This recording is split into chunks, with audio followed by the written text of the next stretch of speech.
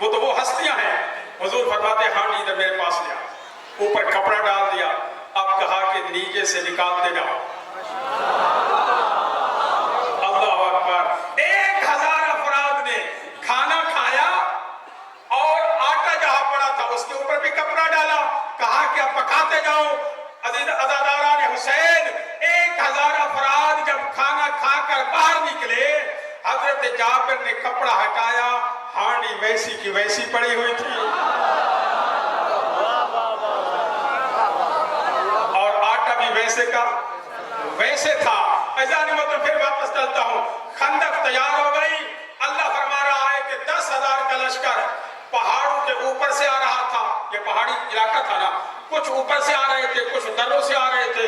ایک دم اس لشکر کو جب دیکھا تو مسلمان جتنے بیٹھے ہوئے تھے, اللہ منظر کشی کر رہا ہے. اللہ فرما رہا ہے ذالت الابصار, جب تمہاری آنکھیں چوندھا گئی تھی اور تمہاری آنکھیں باہر نکل گئی تھی, وبلغت القلوب الحناجر, تمہارے دل حلق میں اٹک گئے تھے. وَهُنَالِكَ ابْتُلِيَ الْمُؤْمِنُونَ, اس وقت میں نے مومنین کی آزمائش کی. وَزُلْزِلُوا زِلْزَالًا شَدِيدًا, میں نے اتنا ان کے دل کو زلزلہ دیا کہ حیرانگی کے عالم میں. اللہ فرماتے ہیں اب 3 قسم کے لوگ بن گئے تھے. وَإِذْ يَقُولُ الْمُنَافِقُونَ, کچھ منافق تھے, وَالَّذِينَ فِي قُلُوبِهِم مَرَضٌ, اور کچھ کے دل میں مرض تھی. وہ کہنے لگے مَا وَعَدَنَا اللَّهُ وَرَسُولُهُ إِلَّا غُرُورًا. اس لشکر کو دیکھ کر کہنے لگے اور میری بات سنو, جو کچھ اللہ رسول نے ہمارے ساتھ وعدہ کیا ہے إِلَّا غُرُورًا, ہمیں تو بالکل جھوٹا نظر آتا ہے. وَقَالَتْ طَائِفَةٌ مِّنْهُمْ, اللہ فرماتا ہے ان میں سے ایک گروہ نے کہا یا اہل یثرب. اب آپس میں بات ہو رہی ہے, اللہ قرآن میں ذکر کر رہا ہے. دستے تھے نا, 3000 پر تو مشتمل تھا حضور کے پاس, تو ایک دوسرے کو کہنے لگے یا اہل یثرب, اے مدینہ والو. یہ یثرب مدینہ کا نام ہے. یا اہل یثرب, اے مدینہ والو, لا مقام لکم, آج تمہیں کوئی پناہ نہیں ملنے والی, آج تم سب نے مارے جانا ہے. فرجعوا, تم لوٹ جاؤ واپس گھر میں. اللہ فرماتا ہے وَيَسْتَأْذِنُ فَرِيقٌ مِّنْهُمُ النَّبِيَّ, ان میں سے ایک گروہ میرے رسول کے پاس آ گیا اور آ کر کہنے لگا یا رسول اللہ, توجہ چاہتا ہوں, یا رسول اللہ اگر اجازت ہو تو ہمارے گھر اکیلے ہیں, ہم چلے گئے. اللہ فرماتا ہے وَمَا بِهِ عَوْرَةٌ وَمَا هِيَ بِعَوْرَةٍ, ان کے گھر اکیلے نہیں ہیں. إِن يُرِيدُونَ إِلَّا فِرَارًا, اللہ فرما رہا ہے یہ جنگ سے بھاگنا چاہتے ہیں. میرا حبیب انہیں روک کے رکھ, انہیں روک کے رکھ. کیوں؟ اس لیے کہ بھلے بھاگنے والے ہیں لیکن جب بیٹھے ہوتے ہیں تو تعداد میں تو اضافہ کرتے ہیں, تو ان کی بھی ضرورت ہوتی ہے تاکہ دشمن پہ خوف طاری ہو. عزیزان محترم, جب لشکر آیا کفار کا 10,000 پر مشتمل, ایک دم دوڑتے چلے آ رہے تھے کہ سامنے خندق نظر آیا. کہنے لگے یہ کیا مسئلہ ہے, ہم نے بڑی جنگیں کی ہیں, آج تک تو ہمیں ایسا منظر ملا ہی نہیں ہے, یہ خندق کیسے کھودی گئی. ان میں سے کہنے لگے ہمیں لگتا ایسے ہے کہ جو بوڑھے سلیمان فارسی وہاں پہ رہتے ہیں نا, یہ تجویز انہی کی ہے, یہ تجویز انہی کی لگتی ہے. رک گئے 1 مہینہ تک, توجہ چاہتا ہوں, 1 مہینہ تک یہ محاصرہ باقی رہا. خندق اس طرف وہ, خندق اس طرف یہ. حضور بیٹھے ہوئے, 3000 افراد بیٹھے ہوئے حضور کے ساتھ, اور دروں پہ حضور نے متعین کر دیے تھے تیر انداز, جو خندق کے قریب آئے اس کو تیر سے نشانہ بناؤ. لیکن جب وہ تھک گئے, روزانہ 100 اونٹ ذبح ہو رہے تھے ان کی طرف سے. اللہ فرما رہا ہے میرا حبیب, پھر ایک دن ایسا ہوا کہ عمر بن عبد وقت, انہوں نے کہا کہ بات سنو, یہ روزانہ کا مسئلہ ختم کرنا, کہ میں تو تھک گئے انتظار کرتے کرتے, خندق کراس نہیں ہوتی, میں تو جا رہا. جس نے آنے میرے ساتھ آیا, 4 افراد اور آئے, وہ 7 اور یہ 5 بجے. انہوں نے ایک جگہ دیکھی اور وہاں سے اس نے گھوڑے کو ایڑ لگائی, گھوڑے نے جمپ کیا اور پار کراس کیا اور جلدی سے تیزی سے آ کر حضور کے خیمہ کے قریب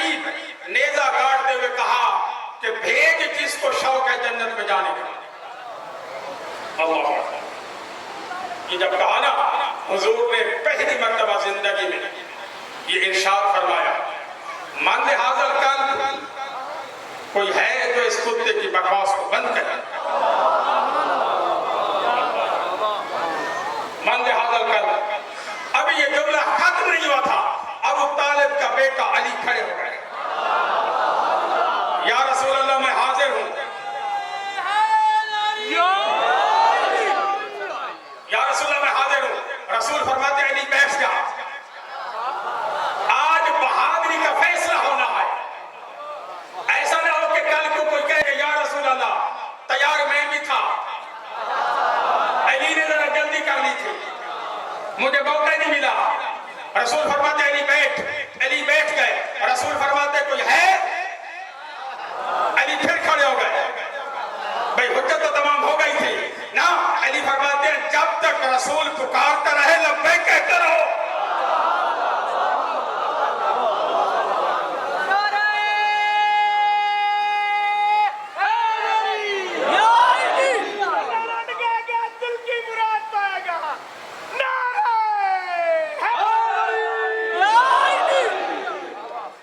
جب تک رسول آواز دیتے رہے لبیک کہتے رہو۔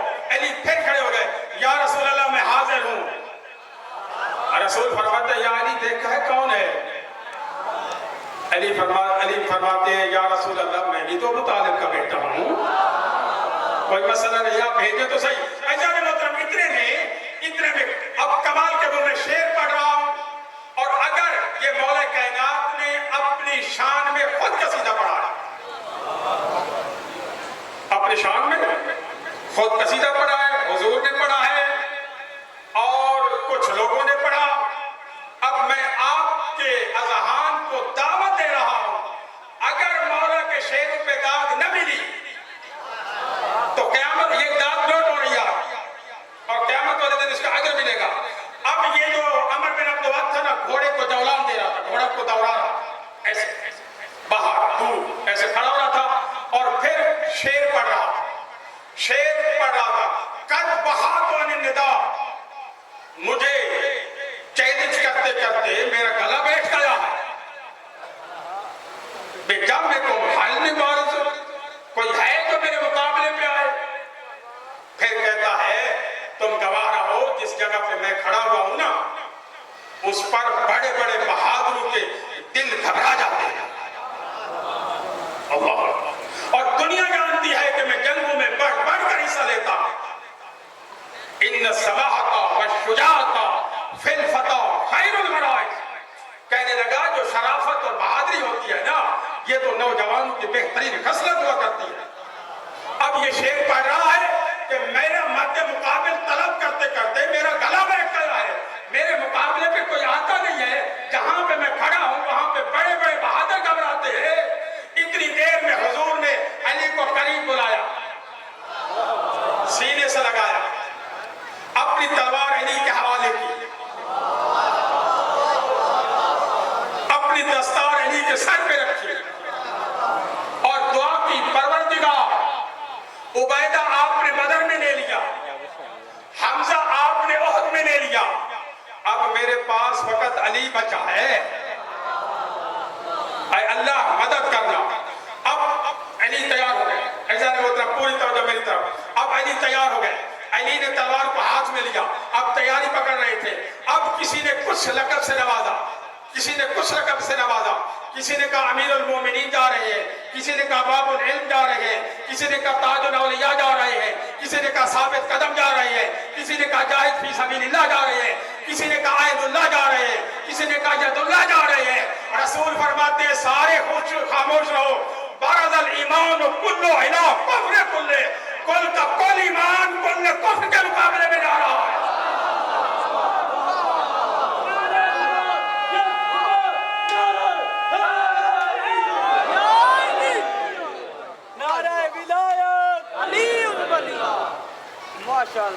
رسول فرماتے ہیں میں بتاتا ہوں کون جا رہے ہیں، کہ کل ایمان کل کفر کے مقابلے میں جانا۔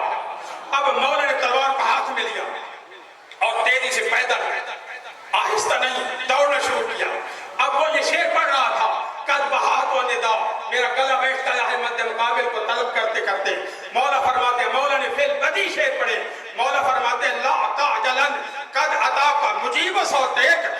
جلدی کس بات کی کر رہا ہے؟ تیرے مقابل ایک مرد کبھی پہنچ گیا ہے، تیرے مقابل ایک مرد کبھی پہنچ گیا ہے، تو جلدی کس بات کی کرتا ہے؟ ذو نیت بصیرت وصدق منجی کل فائز۔ مولا فرماتے ہیں وہ شخص پہنچا ہے تیرے مقابلے میں جس کی نیت خالص ہے، جس کی بصیرت با کردار ہے، اور جس کے پاس وہ صداقت ہے جو ہر فاتح کے لیے ضروری ہوتی ہے۔ اللہ ذو نیت بصیرت وصدق منجی کل فائز، میرے پاس وہ صداقت ہے جو ہر فاتح کے لیے ضروری ہوتی ہے۔ عزیزان محترم، یہ شعر جو آگے ہے کمال کا شعر ہے، مولا نے فعل بدی جواب دیا۔ مولا فرماتے ہیں تو جلدی کس بات کی کرتا ہے؟ انی ارجو ان اقیم علیک نوحۃ الجنائز، مجھے یقین ہے علی کو کہ تیرے جنازے پہ میں رونے والیوں کو ضرور کھڑا کروں گا۔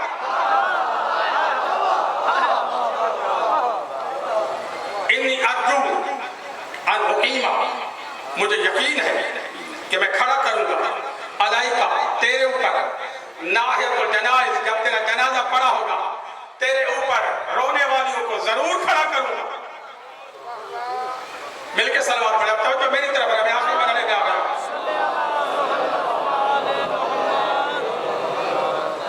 مولا فرماتے ہیں توجہ چاہتا ہوں، میں تیرے جنازے پہ بیان کرنے والیوں کو ضرور کھڑا کروں گا۔ بے ضربت غلائن یبکا صوتہا بعد الحدائث، ایک ایسی ضربت لگاؤں گا جس کی آواز کی گونج اس جنگ کے بعد بھی میدانوں میں گونجتی رہے گی۔ مولا پہنچا، ایک دم اس نے دیکھا کہ آج تک کسی نے میرے چیلنج کا جواب نہیں دیا، تو یہ کون ہے؟ کہا کون؟ علی بن ابی طالب۔ کہنے لگے میں آپ کو مانگ نہیں چاہتا، توجہ چاہتا ہوں، آپ کے والد اور میرے درمیان دوستی تھی۔ مولا فرماتے ہیں کفر اسلام کی کوئی دوستی نہیں ہوا کرتی۔ اللہ، کفر اور اسلام کی کوئی دوستی نہیں ہوتی، لیکن میں تمہیں ماننا چاہتا ہوں۔ مولا فرماتے ہیں میں نے سنا ہے کہ 3 شرائط میں سے ایک شرط تو جنگ میں اگر تیرے سامنے رکھی جائے تو قبول کر لیتا ہے۔ کہنے لگا بالکل آپ نے ٹھیک سنا ہے۔ مولا فرماتے ہیں پھر میری پہلی شرط یہ ہے اسلام کو قبول کر لے، کہ اسلام کو قبول کر لے۔ مولا اس منزل پہ بھی اس کو جہنم سے بچانا چاہتے تھے۔ مولا فرماتے ہیں اسلام کو قبول کر لے۔ کہنے لگے اسلام کو تو ختم کرنے کے لیے آیا ہوں، قبول کیسے کر لوں؟ مولا فرماتے ہیں پھر دوسری شرط یہ ہے کہ تو جنگ نہ کر، واپس چلا جا۔ توجہ چاہتا ہوں جانے محترم، کہنے لگا عرب کی عورتیں مجھے تانا دیں گی کہ میں اگر جنگ کو چھوڑ کر بھاگ جاؤں۔ مولا فرماتے پھر تیسری شرط یہ ہے تو گھوڑے پہ سوار ہے نیچے اتر۔ ایک دم مورخین کہتے ہیں سارے بیٹھے ہوئے جو جنگ کو فوکس کر رہے تھے، انہوں نے دیکھا کہ عمر بن عبد الود نیچے اترا اور ایک ہی بار میں گھوڑے کے چاروں ٹانگوں کو منقطع کر دیا۔ مورخ کہتے ہیں یہ اس نے حرکت کیوں کی؟ یہ اس نے حرکت کیوں کی؟ اب مفسرین مورخین بیٹھے تھے، تجزیہ کار بیٹھے ہوتے ہیں، وہ کہنے لگے لگتا ایسے ہے کہ عمر بن عبد الود کے دل میں خوف پیدا ہو گیا تھا۔ وہ مولا پہ نفسیاتی حملہ کرتے ہوئے اس نے گھوڑے کی ٹانگیں کاٹی، ایک پیغام دیا کہ میں بھاگوں گا نہیں، اور دوسری بات یہ ہے کہ میرے وار کی مہارت دیکھ۔ لیکن اس کے بعد اس نے فوراً ہی بغیر بتائے مولا پہ حملہ کر دیا۔ تلوار مولا کے ڈھال کو کراس کرتی ہوئی مولا کے سر اقدس پہ لگی۔ اب تلواروں کا تبادلہ شروع ہوا، ادھر بھی 10,000 کا لشکر کھڑا ہوا تھا، ادھر بھی 3,000 افراد پر مشتمل نبی سمیت کھڑے ہوئے تھے۔ اب اتنے تبادلے ہوئے، اتنی گرد اٹھی کہ دونوں گرد کے اندر چھپ گئے، پتہ نہیں چل رہا تھا جنگ کی پوزیشن کیا ہے۔ اتنے میں ایک نے افواہ پھیلی کہ علی مارے گئے، لیکن اچانک ہی ایک مرتبہ علی کی صدا بلند ہوئی، اللہ اکبر۔ ابھی علی نظر نہیں آئے تو سب نے جانا کہ علی جیت گئے۔ ایک دم گرد چھٹی، دیکھا مولا اس کے سینے پہ سوار، اللہ سینے پہ سوار بیٹھے ہیں، اور پھر اس نے گستاخی کی مولا کی شان میں۔ مولا سینے سے نیچے اترے، مولا قریب ٹہنے لگے۔ اب سوال یہ پیدا ہوتا ہے آپ کے ذہن میں ہوگا تو پھر وہ اٹھا کیوں نہیں؟ اس لیے کہ مولا نے اس کی دونوں ٹانگیں کاٹ چکے تھے، وہ پڑا ہوا تھا۔ تو ایک دم ایک شخص رسول کے پاس ہے، یا رسول اللہ یہ ابھی تو قابو میں تھے تو مولا ہٹ کیوں گئے ہیں؟ حضور فرماتے تو نہ گھبرا، جس نے پہلے کنٹرول کر لیا پھر بھی قابو کر لے گا۔ پھر مولا واپس پلٹے، اس کا سر قلم کیا۔ اب مولا کے سر اقدس سے خون بہ رہا تھا، ایک ہاتھ میں اس کے بالوں میں ڈالا اور وہاں سے خون بہ رہا تھا، ایک ہاتھ میں تلوار تھی۔ مولا خرامہ خرامہ چلتے ہوئے آ رہے تھے، جیسے شیر اپنے شکار کو لے کر آ رہا ہوتا ہے۔ ایک شخص آ کر کہتا ہے، یا رسول اللہ آج علی کی چال میں غرور نظر آ رہا ہے۔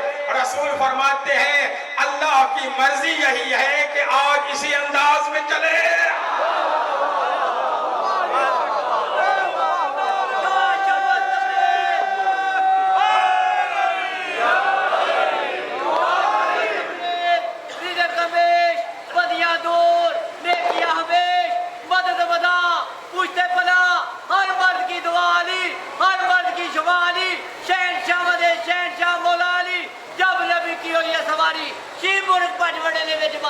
بڑا بڑا سفیان کا لشکر تیرے دونوں نے تاڑا، میں کیوں نہ مولا کا گورنر نہ کہوں، کیوں نہ محاذ نہ کہوں، کل ایمان یک زبان نعرہ حیدری۔ اب رسول فرماتے اللہ کی مرضی یہی ہے کہ آج علی اسی انداز میں چل کے آئے۔ علی قریب آ کر سر کو رسول کے قدموں میں پھینکا، اور علی نے بڑا خوبصورت طرز کا توجہ چاہتا ہوں، علی فرماتے ہیں بے وقوف پتھروں کے خدا کی مدد کرنے آیا تھا، میں اپنے رب کے رسول کی مدد کرنے کے لیے آیا۔ اب سب انتظار میں تھے، توجہ آخری جملہ، سب انتظار میں تھے کہ اب رسول علی کی شان میں کیا ارشاد فرماتے ہیں۔ رسول نے ایک مرتبہ 3000 کے مجمع کو دیکھا اور ارشاد فرمایا تاریخی جملہ، ضربت علی یوم الخندق افضل من عبادت ثقلین۔ آج علی نے جو ضربت لگائی ہے یہ ثقلین کی عبادت سے افضل ہے۔ بس عزیزان محترم، ہو گئی جنگ خندق ختم، اور مولا نے ہر جنگ میں علم اٹھایا ہے، ہر جنگ میں، لیکن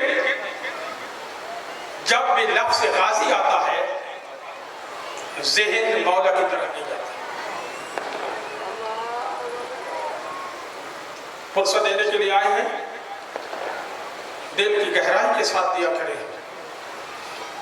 آج اس ہستی کا تذکر کرنے لگا ہوں نا، کربلا کے قافلے کا سارا دار و مدار عباس پہ تھا۔ عزاداران حسین 21 رمضان کو ضربت لگی، حضرت عباس نے خواہش کی کہ میں جنگ کروں۔ مولا حسن کے جنازے پہ تیر لگے، حضرت عباس نے خواہش کی کہ میں جنگ کروں۔ راستے میں حضرت حر نے راستہ روکا، حضرت عباس نے تلوار نکالی۔ مولا فرماتا ہے نہیں عباس جنگ نہیں کرنی، ساتھی کو پانی بند ہوا۔ مولا حضرت عباس کہنے لگے ہے مولا اگر آپ اجازت دیں تو یہ نہر فرات میں سے لے لوں۔ مولا فرماتا ہے نہیں عباس جنگ نہیں کرنی۔ ہو گئی روز عاشور، عزاداران حسین ایک کے بعد ایک لاشیں اٹھتے رہے، بچ گئے تنہا عباس۔ بڑی خواہش تھی عباس کے دل میں، مولا عباس کے دل میں بڑی خواہش تھی کہ کب مجھے مولا اجازت دیتے اور میں اپنے جنگ کے ذریعے اپنے جنگ کے ذریعے تلوار کے ذریعے اس جنگ کا نقشہ پلٹوں۔ شب عاشور جب پہرا دے رہے تھے نا، عزاداران حسین حضرت زہیر بن کین ساتھ تھے اور حضرت عباس. حضرت زہیر بن کین کہنے لگے ہیں عباس آپ کو علم ہے کہ آپ کے بابا نے نماز شب میں دعائیں مانگ مانگ کر آپ کو اللہ سے اسی دن کے لیے لیا تھا، بس یہ سننا تھا. عباس کہنے لگے ایک مرتبہ انگڑائی دی، عزاداران حسین رکابیں ٹوٹ گئی.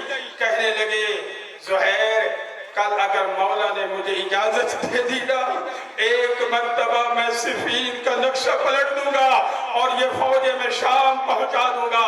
عزاداران حسین سارے جب مارے گئے نا، عباس جھکی ہوئی نگاہوں کے ساتھ مولا کے پاس آئے. پوری زندگی مولا کو فقط مولا کہا، بھائی نہیں کہا، یہ بھی وفا کی آخری منزل تھی. عباس آ کر کہتے ہیں مولا اب اجازت ہے غلام کے لیے کہ میں مقتل میں چلا جاؤں.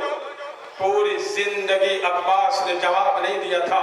مولا حسین فرماتے ہیں عباس آپ تو میری فوج کے علمدار ہیں، میں آپ کو اجازت کیسے دے سکتا ہوں. روتے ہوئے جھکی ہوئی نگاہوں کے ساتھ عباس نے دھیمے لہجے میں کہا ہے مولا وہ لشکر کہاں رہا ہے جس کا میں علمدار ہوں. عزاداران حسین تاریخ کہتی ہے کہ مولا نے اجازت نہیں دی، واپس قیام حسینی میں پلٹے. ایک منظر دیکھا، چھوٹے چھوٹے بچے ہاتھوں میں پیالے لے کر اللہ تش کی صدا بلند کر رہے تھے. عباس کی نظر سکینہ پہ پڑی، سکینہ کو قریب بلایا. سکینہ آپ کو پیاس لگی ہے؟ ہاں چچا مجھے پیاس لگی ہے. اپنے بابا سے اجازت لے کے دو، میں پانی کے لیے جانا چاہتا ہوں. عزاداران حسین سکینہ نے عباس کو ساتھ لیا. میں مختصر پڑھ رہا ہوں. عباس کو ساتھ لیا. مولا نے جب یہ دور سے منظر دیکھا نا، کہنے لگے ہیں عباس عباس موت کا بڑا عجیب بہانہ تلاش کر کے آئے ہو. کہنے لگے سکینہ میری ماں عباس کو مقتل میں نہ بھیج، شام غریب ہے جب شمر دھماکے مارے گا اور آپ کو چچا عباس بہت یاد آئیں گے. اجازت ملی، واپس خیام میں پلٹے. سب سیدانیوں سے ودا ہونے لگے. عباس ایک مرتبہ سیدہ زینب قریب آ کر کھڑی ہو گئی. ایک مرتبہ عباس کے چہرے کی طرف رو دیکھ کر رونا شروع کیا. عباس کہنے لگے آقا زادی میری طرف دیکھ کر اونچی آواز میں میری زندگی میں کیوں رو رہی ہے؟ سیدہ زینب کہنے لگی عباس مجھے بچپن کا زمانہ یاد آ گیا ہے. میں ایک مرتبہ بابا کی گود میں بیٹھی ہوئی تھی، میرے بابا میرے کلائیوں پہ بوسے دے رہے تھے اور روتے بھی جا رہے تھے. میں نے پوچھا بابا آپ کلائیوں پہ بوسے دیتے ہیں، رو کیوں رہے ہیں؟ علی کہنے لگے میرے بابا کہ زینب ایک زمانہ آئے گا تیرے ہاتھوں میں ہتھ رسیاں ہوں گی، ہتھ کڑیاں ہوں گی، شام کے بازار میں تجھے خطبہ دینے ہوں گے. میں جلدی سے دور ہو کر کہنے لگی ہے بابا مجھے اتنا بتا دے جس کا عباس جیسا بھائی ہو اس کے ہاتھوں میں ہتھ کڑیاں کون پہنا سکتا ہے؟ عباس مجھے یقین ہو گیا ہے میرے ہاتھوں میں ہتھ کڑیاں بھی ہوگی، کوفہ کے بازار میں مجھے خطبے بھی دینے ہوں گے. عباس مقتل کی طرف چلے، نہر فرات کی طرف چلے اور ایک جملہ ارشاد فرمایا اے قوم اشقیاء مجھے روک سکتے ہو تو روکو. علی کا بیٹا عباس نہر فرات کی طرف جا رہا ہے. تھوڑی سی دیر جنگ کی، نہر فرات سے فوجوں کو ہٹایا. نہر فرات مکمل طور پر عباس کے قبضہ میں تھی. عباس نے گھوڑا نہر فرات کے اندر اتارا. عزاداران حسین عباس نے پانی کی مشک بھری. پانی کی جب مشکیزہ بھر چکے گھوڑے کو کہا کہ تو پانی پی لے. گھوڑے نے پانی نہیں پیا. پھر عباس نے ایک جملہ ارشاد فرمایا اے قوم اشقیاء اسی نہر فرات پہ تمہارا قبضہ تھا. اور پھر پانی چلو میں لے کر اچھالا. ایسے ہزاروں نہر فرات مولا حسین کی پیاس پہ قربان. فاتح کی مقصد تھا کہ میں یہ مشکیزہ کسی نہ کسی طریقے سے سکینہ تک پہنچا دوں. اگر کوئی کربلا میں جائے دیکھے پہلا بازو جب عباس کا قلم ہوا، خیموں سے دور تھے، عباس نے جلدی سے مشکیزہ بدلا، دوسرے بازو میں لٹکایا. عباس تیزی کے ساتھ خیام حسینی کی طرف آ رہے تھے، خیام حسینی کے بالکل قریب آ چکے کہ ایک مرتبہ ملعون نے وار کیا، عباس کا بازو قلم ہوا. پھر عباس نے کوشش کی، ایک تیر چلا، مشکیزے میں لگنا تھا کہ عباس کی ساری امیدیں دم توڑ گئی. اپنے گھوڑے کا رخ مقتل کی طرف پھیرا. اب عباس کے بازو تو ہے نہیں، کوئی نیزہ مارتا ہے، کوئی پتھر مارتا ہے. عزاداران حسین مر کہتا ہے بڑی مشکل سے اترے عباس، زین سے زمین کی طرف آتے ہوئے آواز دی، مولا آپ کا غلام اتر گیا. ادھر سے مولا حسین اٹھے، ہر لاش پہ چل کر جاتے تھے، کمر جھک گئی تھی اور یہ جملے ارشاد فرما رہے تھے، انکسرت ظہری وقلت حیلتی. اور عباس آپ نے میرے جینے کے بہانے ختم کر دیے ہیں. اب حسین کو یقین ہو گیا ہے اب حسین بچنے والے نہیں ہیں. انکسرت ظہری، میری کمر کا زور ٹوٹ چکا ہے. جب قریب پہنچے عزاداران حسین، عباس کے لاشے پہ پہنچے، عباس کہنے لگے مولا میری آخری خواہش یہ ہے کہ میں آپ کی زیارت کر لوں. عزاداران حسین لیکن میری آنکھوں میں تیر لگا ہوا ہے. مولا حسین نے آنکھ سے تیر نکالا، خون صاف کیا. عباس دوسری خواہش، عباس کہتے ہیں میری لاش خیموں میں نہ لے جانا. مولا میں سکینہ سے وعدہ کر کے آیا تھا پانی کا، میں نہیں پہنچا سکا. عزاداران حسین آخری جملہ، مولا حسین فرمانے لگے عباس اب میری بھی آخری خواہش سن لو. پوری زندگی آپ نے مجھے بھائی نہیں کہا، ایک مرتبہ تو مجھے بھائی کہہ دے. عباس کہنے لگے مولا وفا میں فرق آئے گا. مولا علم لے کر روانہ ہوئے، سکینہ بھاگی جھولے کی طرف. زینب کہنے لگی سکینہ تیرا چچا مارا گیا، اب تیرا اصغر نہیں بچ سکتا.